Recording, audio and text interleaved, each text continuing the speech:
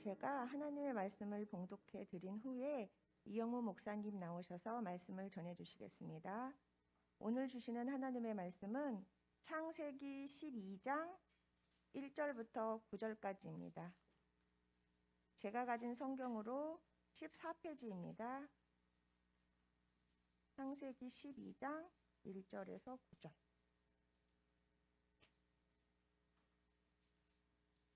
제가 봉독해 드립니다. 여호와께서 아브라함에게 이르시되 너는 너의 고향과 친척과 아버지의 집을 떠나 내가 네게 보여줄 땅으로 가라. 내가 너로 큰 민족을 이루고 내게 복을 주어 내 이름을 창대하게 하리니 너는 복이 될지라. 너를 축복하는 자에게는 내가 복을 내리고 너를 저주하는 자에게는 내가 저주하리니 땅의 모든 족속이 너로 말미암아 복을 얻을 것이라 하신지라. 이에 아브라함이 여호와의 말씀을 따라갔고 롯도 그와 함께 갔으며 아브라함이 하란을 떠날 때에 75세였더라.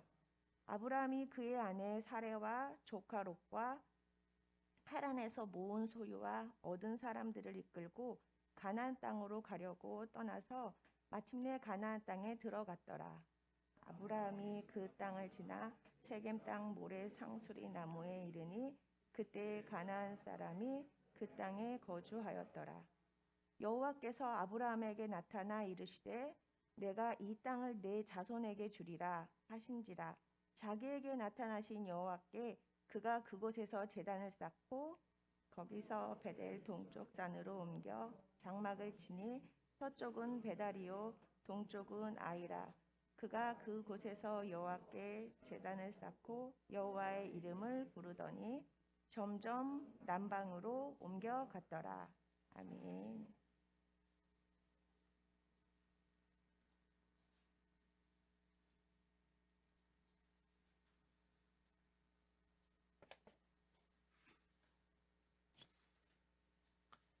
할렐루야. 네, 너무 감사합니다.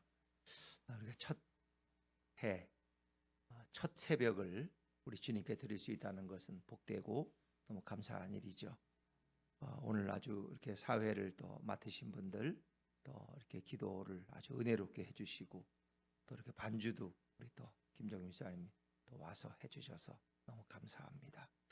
한 주간 동안 주님의 은혜가 우리 온 교회에 정말 넘치고 또 성도들의 가정에 주님의 평화가 넘치는 그런 한 주간이 될 줄로 믿습니다.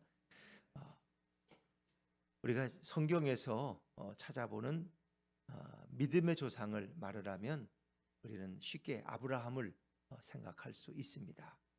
아브라함 한 사람으로부터 믿음의 복이 또 영적인 축복이 온 열방에 미치게 되는 거죠. 그러니까 육신적으로는 아브라함의 후손이 유대인들이지만은 영적인 이스라엘로 치면 영적인 온 그리스도인들, 예수를 믿는 분들이 다 아브라함의 영적 후손이라고 할 수 있을 것입니다. 그만큼 아브라함의 영향력은 대단한 것입니다. 세계 인구의 70%가 아브라함의 영향을 받은 기독교인이나 카톨릭 교인이나 이슬람 교인이라고 합니다. 물론 이슬람 교인들은 예수님을 믿지 않아요. 근데 그들은 아브라함은 자기들의 조상이라는 것입니다. 갈라져서 그렇지 그들도 아브라함은 다 인정해요. 성경에 아브라함의 이름이 341번이나 소개되고 있습니다. 그만큼 아브라함은 중요한 인물, 믿음의 첫 사람이고 또 큰 복을 받는 통로가 된 사람이 바로 아브라함입니다. 지금 아브라함은 태어나면서부터 특별한 사람이었을까? 그렇지 않다는 것입니다. 아브라함도 우리와 똑같은 아주 평범한 사람이었어요. 아브라함의 아버지의 이름이 이제 창세기 11장 27절에 보니까 데라라고 소개돼요. 데라에게는 아브라함과 나홀과 하란 세 명의 아들이 있었는데 그 첫째가 바로 아브라함이에요.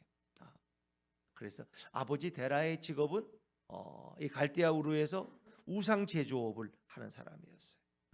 쉽게 말하면 우상 제조업이랑 지금으로 말하면 점쟁이였어요. 아버지가 점쟁이나 점을 치는 사람, 뭐 무당 이렇게 생각하시면 돼요. 그리고 사라라는 여인과 결혼했지만 자녀가 없었어요. 그러니까 어찌 보면 처음부터 잘 풀린 사람은 아니에요. 아브라함도 결혼했는데 그 당시에 자녀가 없다는 것은 굉장히 불행한 일이고 모두에게 동정받을 일이에요. 그리고 자기 부모는 우상을 만들어서 파는, 시장에 갖다 파는 그런 사람이었다는 거예요. 그러니까 참 아브라함도 처음부터 완벽한 사람이야. 아주 부족한 사람. 우리가 얼마에 보면은 아브라함이 가나안 땅에 들어갔다가 이제 결국 기근을 피해서 애굽에 내려갔는데 거기 또 애굽의 왕이 또 저 여자가 너무 예쁘다. 그 내 아내를 삼아야 되겠다 그러니까 아브라함이 뭐 자기 아내 사레에게 너를 내 누이 동생이라고 말해라. 내 아내라 그러면 날 죽일지 모르니까 어찌 보면 자기가 살기 위해서 자기 아내를 남의 품에 넘겨줘요. 이런 위기에 처한 인물이 바로 아브라함.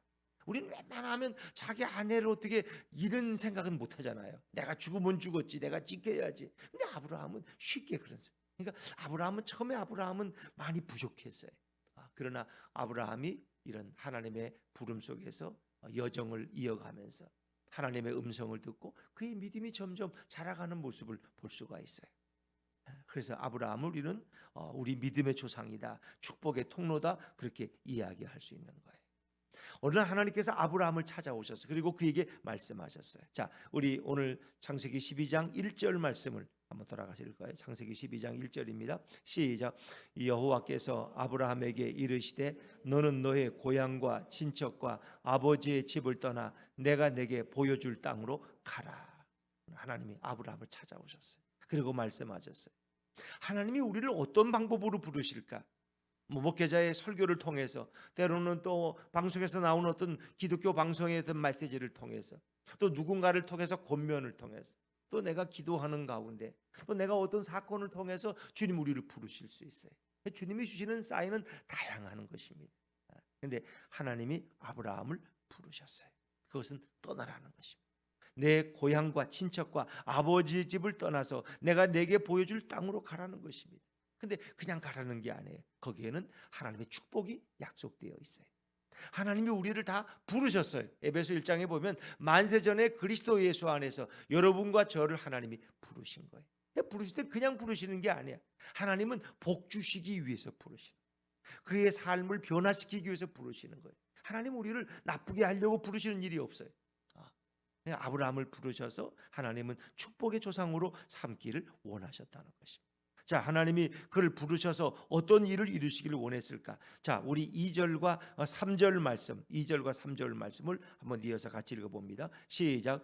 내가 너로 큰 민족을 이루고 내게 복을 주어 너는 복이 될지라. 너를 축복하는 자에게는 내가 복을 내리고 너를 저주하는 자에게는 내가 저주하리니 땅의 모든 족속이 너로 말미암아 복을 얻을 것이라 하신지라. 아멘. 그랬습니다. 하나님께서 우리를 부르시는 것은 다 목적이 있기 때문이다. 그냥 부르시는 법이, 심심해서 부르시는 법이요. 그것은 바로 복 주시기 위해서 부르신다는 겁니다.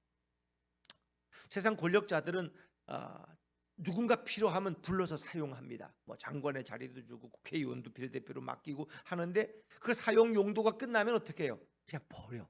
아낌없이 버려. 우린 그걸 토사구팽이라 그래. 필요할 때는 막 당신 없으면 안 된다고 도와달라 그랬다가 필요 없으면 그냥 발로 걷어차. 예를 들면 뭐 이준석 같은 사람도 필요할 때는 막 이렇게 불러서 젊은이들의 우상이 되고 막 그 표를 막 몰아오잖아. 그러다가 이제 필요 없으니까 불편해. 이제는 또 사상이 좀 달라. 그러니까 이제 또 토사구팽 시키는. 이제 그게 정치인들의 속성인 거예요. 사냥이 끝나면 사냥개를 잡아먹는다는 거예요. 근데 하나님이 우리를 부르신 것은 처음부터 마지막까지 축복하기 위해서 부르셨다. 복을 주기 위해서, 영원한 생명을 주기 위해서 우리를 부르신 거예요. 다른 목적이 있을 수가 없어요. 하나님은 아브라함에게 4가지 복을 주시고자 했습니다. 오늘 2절에 보니까 내가 너로 어떤 민족을 이룬다 그랬어요? 큰 민족을 이룬다. 내가 너로 큰 민족을. 여러분, 오늘 이 지구촌에 70억, 75억의 인구로 80억에 가까운 인구라 그러는데 그 중에 약 70%가 아브라함의 후손들. 어찌 보면 아브라함을 통해서 이제는 그를 알고 그의 후손된 사람들이 그 숫자가 이루말할 큰 민족을 이루었어요.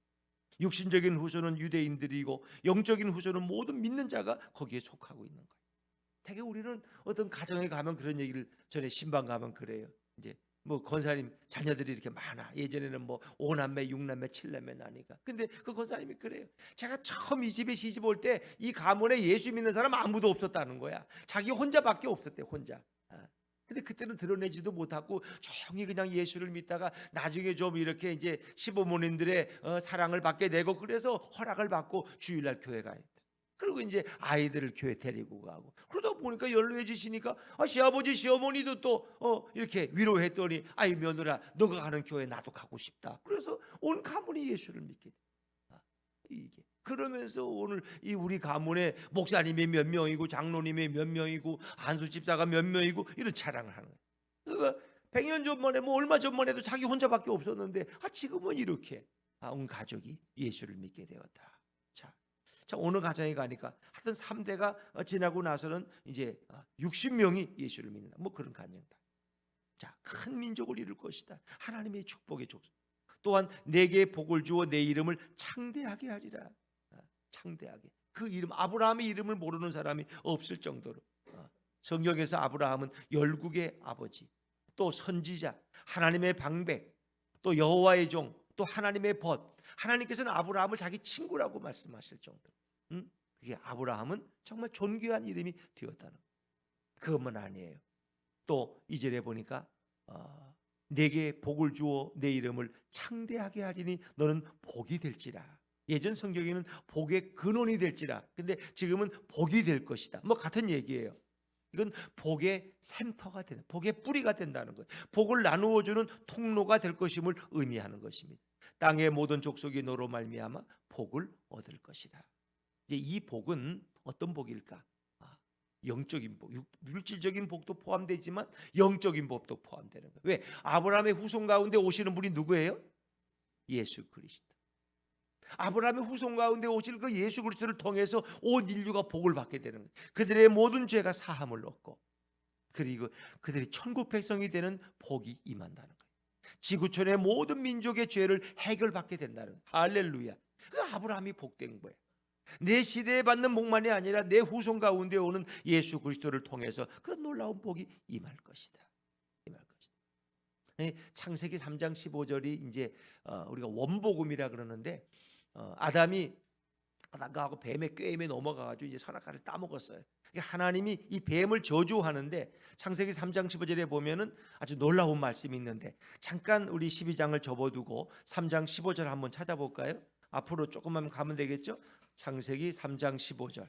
이건 굉장히 중요한, 우리가 최초의 복음이라고 부르는 것이 이 창세기 3장 15절이에요. 자, 창세기 3장 15절 다 찾으셨으면 아멘 하시죠? 네. 자, 우리 한번 한 목소리로 같이 읽습니다. 시작. 내가 너로 여자와 원수가 되게 하고 내 후손도 여자의 후손과 원수가 되게 하리니 여자의 후손은 내 머리를 상하게 할 것이요 너는 그의 발꿈치를 상하게 할 것이니라 하시고. 아멘. 여자의 후손과 원수가, 여자의 후손으로 오시는 분이 누구예요? 메시아 예수 그리스도. 이 놀라운 말씀이 소개되는 거예요. 그래서 아브라함의 후손 가운데 바로 예수님이 오실, 그래서 아브라함은 오실 메시아의 육신적 조상이 되는 복을 잊게 되는 거예요. 또 그것만 아니에요. 하나님은 아브라함을 보호하시겠다고 약속해요.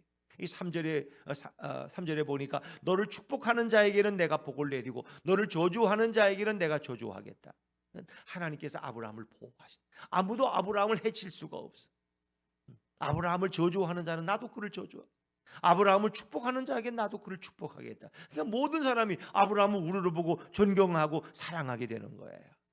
새해도 정말 우리가 어떤 일을 당하든지 하나님의 보호와 하나님의 도우심이 영원토록 함께 할 줄로 믿습니다. 우리의 출입을 지금부터 영원까지 지키시겠다고 주님은 약속하십니다.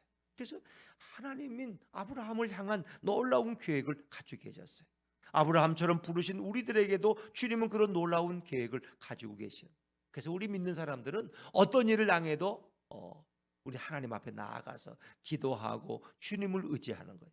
로마서 8장 28절에 보니까 우리가 알거니와 하나님을 사랑하는 자 곧 그 뜻대로 부르심을 입은 자들에게는 모든 것이 합력하여 선을 이루느니라.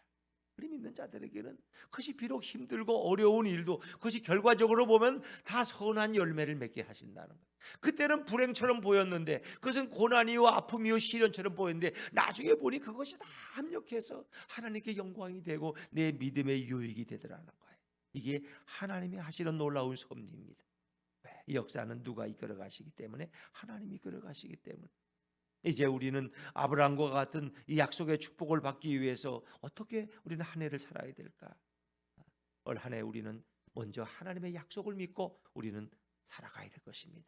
자, 오늘 우리 4절 말씀을 한번 다시 읽어볼까요? 12장 4절입니다. 4절 시작.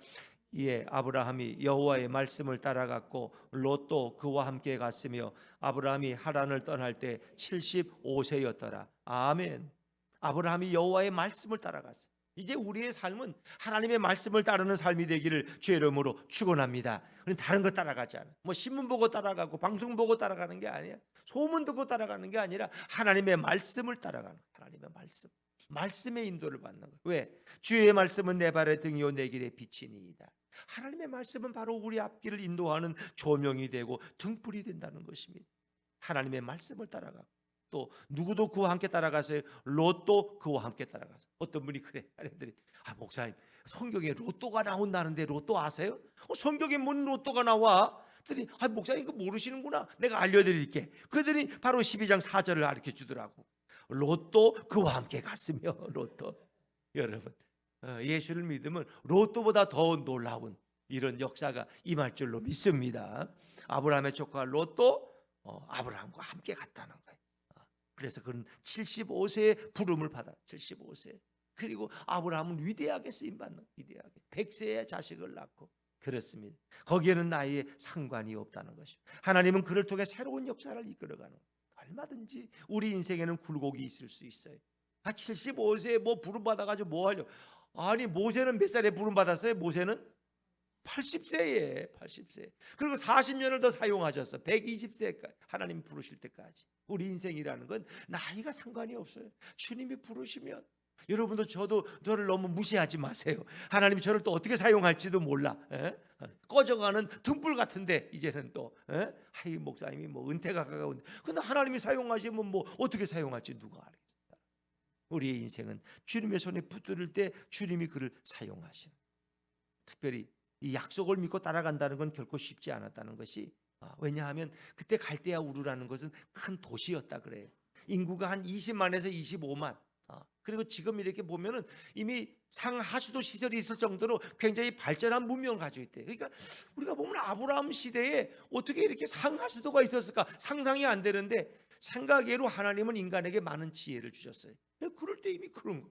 그 어디죠? 폼페이 가도 그렇고 지난번에 어디 터키 갔을 때 거기 가보니까 거기 화장실이 저 공중 화장실이 있는데 그게 다 수세식이더라니까. 이해가 돼요? 물이 내려가지고 물을 끓여가지고 이게 다 수세식이야 그냥. 이게 참 어떻게 그런 생각을 했을까 그 예전에 몇천 년 전에. 근데 하나님이 인간에 그런 지혜를 주신 거예요.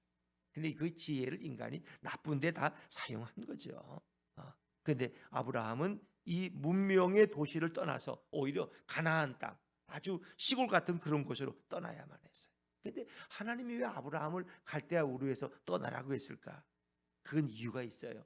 왜? 그 갈대아 우르는 우상의 땅이었어요. 죄악의 땅이었어요. 그리고 아브라함의 아버지 데라는 우상 제조업자였어요. 거기를 떠나야 돼요. 그거는 과거와의 단절입니다. 과거를 잊지 못하면 괴로워요. 그래서 이태원 참사당한 뭐 우리 젊은이 중에도 그 트라우마를 끊지 못해서 결국 자살하는 이도 있잖아요. 그걸 끊어버려야 돼. 예수 안에서 끊어주셔야 돼. 근데 그걸 끊지 못하면 자꾸 일생을 그런 괴로움 속에 살다가 재구실을 못하고 결국은 병들거나 마음이 우울해지는 거예요. 그러니까 우리는 과거의 단절이 때로는 필요해요. 그리고 때로는 자기 살던 것의 모든 것을 포기해야 되고 우상과의 그러니까 아브라함도 우상 숭배자였어요. 아브라함도 아버지가 우상 제조업자인데 뭐 그거 안 그러겠어요? 그런데 이 모든 우상과의 단절이. 그러니까 하나님은 오늘도 우리들을 때로 우리가 있는 환경과 영적인 이런 환경 가운데서 하나님 우리를 뽑아내시고 부르시는 거예요. 그것은 꼭 어떤 지리적으로 뭐 동탄에 살다가 뭐 서울로 가라 부산으로 가라 이런 의미가 아니라 우리의 구습, 우리의 나쁜 습관, 우리의 옛사람의 언어와 행동, 우리의 불의한 마음, 세상의 욕심, 과거의 어떤 끊임없는 이어짐 이런 거를 과감하게 끊어버리라. 더 좋은 것을 얻기 위해서 우리는 더 나쁜 것을 버리고 포기할 수 있어야 되는 거예요. 이게 중요해요. 더 좋은 걸 하나님 주시려고 그러는데 손에 뭘 하나 잡고 있어. 그래가지고 그걸 받을 수가 없다면 얼마나 불행해. 버릴 것은 버리라는. 옛날에 과거에 잘못된 것은 버려야지 하나님이 새로운 은혜를 주신다. 그래서 내 본토와 친척과 아비 집을 떠나 하는 이 세 가지를 떠나야 돼. 그런데 하나님이 세 가지를 주셔요. 땅과 민족과 복을 그에게 선물로 주신다는 것입니다. 이게 하나님의 방법이에요. 이에서 아브라함이 여호와의 말씀을 따라갔다. 그렇습니다.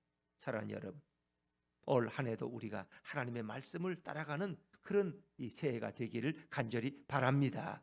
근데 아브라함이 처음부터 완전하지를 못했어요. 불안했어요. 그런데 하나님이 그를 점점 믿음으로 성장시켜서 위대한 믿음의 조상이 되게 하시는 거예요. 발명왕 에디슨이 처음 전구를 만들었을 때 성공했지만 빛이 너무 약해서 촛불을 켜고 그걸 볼 정도로 그렇게 희미했다는 거예요. 그러나 오늘 전구는 얼마나 이렇게 화려하게 발전했습니다. 라이트 형제가 처음 만든 비행기는 12주 동안 날다가 떨어져 버렸다는 거예요. 그러나 지금은 비행기가 한 번 뜨면 최소한 14시간을 달 수 있고 지금은 뭐 20시간도 달릴 수가 있어요. 그렇게 비행기가 발전돼가. 최초의 자동차는 1시간에 3.2km를 갈 수 있었대. 그러니까 마차하고 같이 경주했는데 마차가 더 빨리 갔대. 다 웃었다는 거예요. 저런 자동차를 뭐에 쓰냐고. 그래, 지금은 자동차가 얼마나 빨라. 200km, 300km 달리잖아. 응? 그러니까 처음에는 부족하지만 점점 발전해 가는 거예요. 이게 하나님의 역사예요. 이게 하나님. 우리의 믿음이 부족하지만 주님 우리를 통해서 이런 일을 이루어 가시는 거예요. 참 놀라워. 여러분, 처음부터 위대한 사람은 없습니다. 그러나 하나님이 그를 붙드시면 그의 삶을 변화시켜 주는 거예요.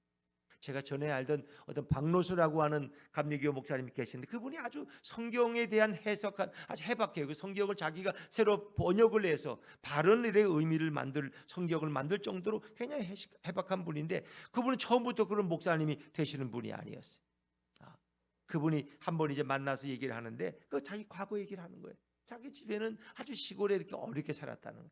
근데 자기 누이가 태어났을 때 미숙아로 태어난 미숙아로. 그런데 뭐 병원으로 갈 수도 없고 뭐 그 당시에 너무너무 어려우니까 어머니가 이 미숙아를 데리고 무당에게 갔다는 거예요. 무당에게. 그래서 이 아이를 좀 인간 구실하게 좀 만들어 둘 수 없느냐고 무당에게 같은 부탁을 했대. 그 무당이 보더니 이거 나도 못 고치겠다고. 혹시 교회에 가보면 좀 방법이 있을지 모르겠다고. 무당이 교회를 소개하더라는 거예요, 여러분. 무당한테가 안 되면 무당이 교회 가라는 거 들어본 사람이 한두 명이 아니라는 거 아세요? 저는 많이 간증받았어요. 무당에 갔더니 무당이 교회 가셔야 된다고. 당신은 이거 나한테 오면 해결 안 된다고. 그래서 교회 갔더니 시골 교회니까 전도사님이 계시더라는 거예요. 그래서 아기를 안고 가서 이런 사정을 얘기했더니 그 전도사님이 아기를 안고 얼마나 뜨겁게 기도를 하셨다는 거예요. 그런데 그 죽어가던 아이가 등이 없고 집에 돌아오는데 그 아이가 정말 그 차가웠던 아이가 따뜻함을 느끼더라는 거예요. 그 집에 와 보니까 애가 온기가 돌아오고 살아나기 시작하더라.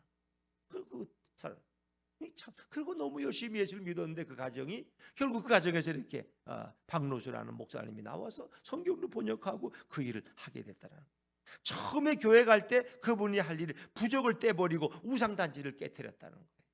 그리고 이제는 우리는 예수 믿어야 된다. 어머님이 시골에서 뭘 아시겠어요? 그러나 그 무당의 말을 듣고 오히려 교회를 갔는데 거기서 놀라운 기적을 체험하고 온 가족이 예수를 믿게 됐다는 거. 이게 너무 중요한 거죠. 역시 말씀을 따라가는 삶이라는 것은 바로 그런 것이다.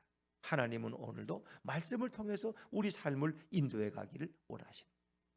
사랑하는 여러분, 아브라함은 가는 것보다 뭘 했을까요? 제단을 쌓았어요. 자, 우리 7절과 8절 말씀을 한번 읽어보시죠. 7절과 8절입니다. 시작. 여호와께서 아브라함에게 나타나 이르시되 내가 이 땅을 내 자손에게 주리라 하신지라. 자기에게 나타나신 여호와께 그가 그곳에서 제단을 쌓고 거기서 베델 동쪽 산으로 옮겨 장막을 치니 서쪽은 베델이요 동쪽은 아이라. 그가 그곳에서 여호와께 제단을 쌓고 여호와의 이름을 부르더니 아멘. 이 제단을 쌓는다는 것은 뭐예요? 예배 드린다는 거예요. 예전에는. 왜냐하면 예전에 예배라는 것이 이렇게 짐승을 잡아서 그 피를 드리는 거고 그 고기를 드리는 거거든. 그러니까 반드시 돌제단을 쌓아야 돼. 그 당시 예배라는 것은. 그런데 그런 가는 곳마다 제단을 쌓았어요. 그리고 여호와의 이름을 불렀다는 건 하나님을 찬양했다는 거예요. 근데 아브라함이 잘한 것 보면 대표적인 꼽으라면 어디 가든지 그런 제단을 쌓았다. 어디 가든지 하나님을 예배했다는 거예요. 우리 예수봉교회 성도님들은 예배 잘 드리는 성도들 되시기를 주의 이름으로 축원합니다. 우리가 제단을 쌓고 하나님의 이름을 부르고 하나님의 찬양을 하는 것이 너무나 중요한 것입니다. 그는 유목민이었기 때문에 이렇게 목초지를 따라서 양들을 이끌고 또 하나님이 인도하시는 곳 가서 어디 가든지 이렇게 또 장막을 치고 생활했는데 제일 먼저 한 일이 제단을 만들고 하나님 앞에 예배드렸다는 거예요. 그게 인간이 할 수 있는 최고의 행위가 바로 예배라는 거예요. 예배. 짐승들은 예배 드릴 수 없어요. 왜? 하나님이 우리를 창조하신 목적이 뭐예요? 이사야 40장에 보니까 너희로 하여금 나를 찬송하게 하려는 것이다. 하나님 우리로 보면 찬송받기 원하시고 예배받기를 원하세요. 인간이 경험할 수 있는 최고의 축복은 바로 예배라는 거예요. 예배가 축복의 통로입니다. 예배가. 우리가 새해는 더 예배를 사모할 수 있기를 바랍니다. 우리의 허물어진 예배의 제단을 수축할 수 있기를 바랍니다. 우리가 엘리야를 보면은 갈멜산에서 이제 그 이방의 그 바알과 아세라 선지자 850명과 대결하죠. 1대 850이에요. 그런데 엘리야가 제일 처음 하는 일이 뭐예요? 이 허물어진 제단을 수축하는 거야. 이스라엘은 그 제단이 다 허물어져 있어. 왜? 그 선지자들 다 아합에게 죽음 당하고 뭐 선지자는 예배도 인도할 수가 없어. 엘리야는 쫓겨다니다가 이제 거기 갈멜산에서 올라와서 이제 하나님의 뜻을 전하는 거예요. 그래서 그 허물어진 제단을 다시 다 쌓았어. 그리고 엘리야가 기도할 때 거기에 불이 임해서 그 재물을 다 태워버리고 그 도랑마다 물을 붓는데 그 물까지 다 그냥 핥아버릴 정도로 불이 임해서.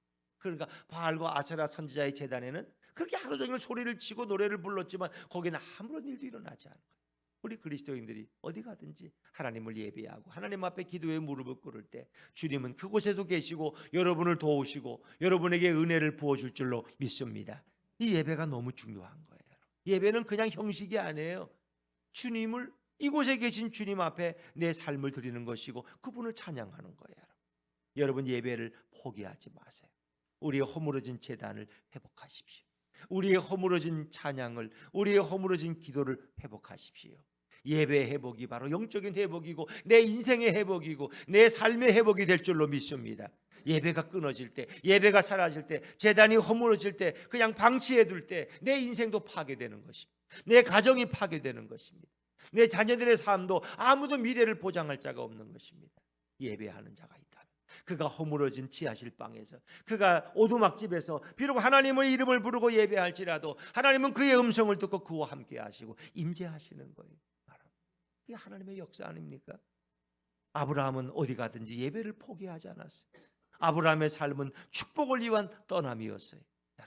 그래서 우리는 새해도 예배를 잘 드리는 하나님의 사람들, 뭐 부득이하게 우리가 예배 참석하지 못할 때도 온라인 예배를 드리더라도 이제 그냥 정성을 다해서 온라인 예배를 드리고 그 예배를 통해서 은혜를 받고 그리고 우리는 하루를 또 살아가야 될 것입니다.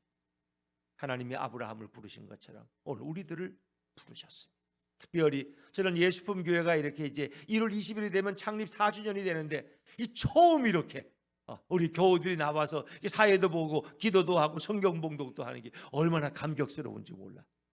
뭐 전에 가끔 고난 주간에 그저 이렇게 광고하고 했지만 뭐 또 우리 교인들은 뭐 잘 나오는 분만 나오고 잘 나오지도 않으시고 오히려 이제 이 아파트 사시는 분들이 와서 또 예배드리고 이제 그렇게 이제 한두 번 있었지만은 이렇게 우리 교회들이 이렇게 아침에 나와서 같이 예배드리는 건 너무 감사하고 하나님께서 우리 예수품 교회를 통해서 일하시고 역사할 줄로 믿습니다.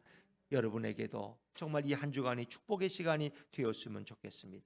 아브라함을 부르신 하나님은 오늘 우리들을 부르셨어요. 아브라함은 예수님의 예표가 되는 인물이라는 거 마지막으로 말씀드릴게요. 왜? 아브라함 한 사람, 믿음의 사람을 통해서 온 인류에게 영적 이스라엘이 탄생하고 유대인들의 육적인 조상이 되었어요. 그것처럼 예수님 한 분을 통해서 우리에게 생명이 들어오고 우리를 의인으로 만드시고 온 인류를 구원하시는 역사를 시작하셨어요. 그래서 아브라함과 예수님은 좋은 예표가 되고 대조가 되는 것입니다. 그리고 아브라함의 후손 가운데 바로 예수님이 오신 거예요. 아브라함은 축복의 통로가 되었습니다. 축복의 믿음의 조상이 되었습니다. 여러분들이 정말 여러분의 가정에서 믿음의 조상의 역할을 감당할 수 있기를 바랍니다. 이 한 주간을 여러분 좀 힘드시더라도 우리가 좀 일찍 주무시고 또 좀 참고 나가서 이렇게 새벽을 제단을 쌓을 때 하나님이 여러분을 통해서 어떻게 일하시는지, 어떻게 역사하시는지, 우리의 가문을 통해서 하나님이 어떻게 회복시키시는지 그 놀라운 주님의 역사들을 경험하는 한 주간이 될 수 있기를 주의 이름으로 축원합니다.